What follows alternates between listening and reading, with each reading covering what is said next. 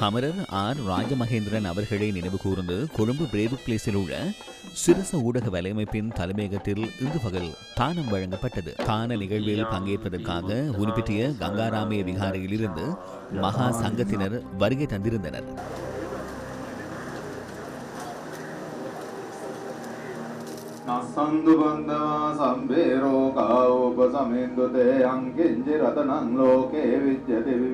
முன்னாள் பெருந்தலைவர் அவர்களை நினைவு கூர்ந்து தெப்பானம கலையகத்தில் தர்ம போதனை நிகழ்வொன்றும் நேற்று பிற்பகல் நடைபெற்றது.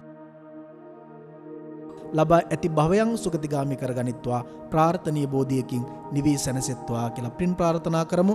அதனைத் தொடர்ந்து தானம் வழங்கும் நிகழ்வும் ஏற்பாடு செய்யப்பட்டிருந்தது.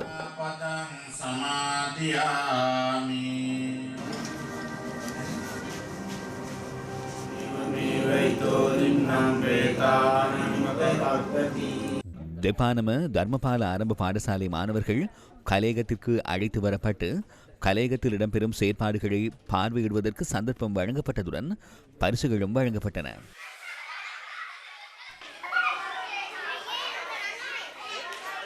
விசேட தேவையுடைய பிள்ளைகளுக்காக வெல்லம்பிட்டியவில் உலருணவுப் பொருட்கள் இன்று பகிர்ந்தளிக்கப்பட்டன.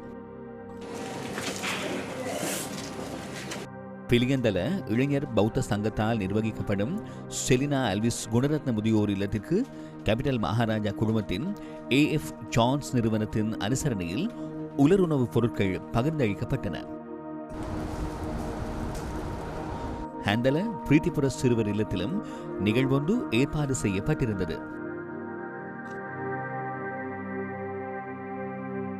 ஜப்பானின் சிபாவில் உள்ள லங்காஜி விகாரையிலும் விசேட சமய அனுஷ்டான நிகழ்வுகள் நடைபெற்றன.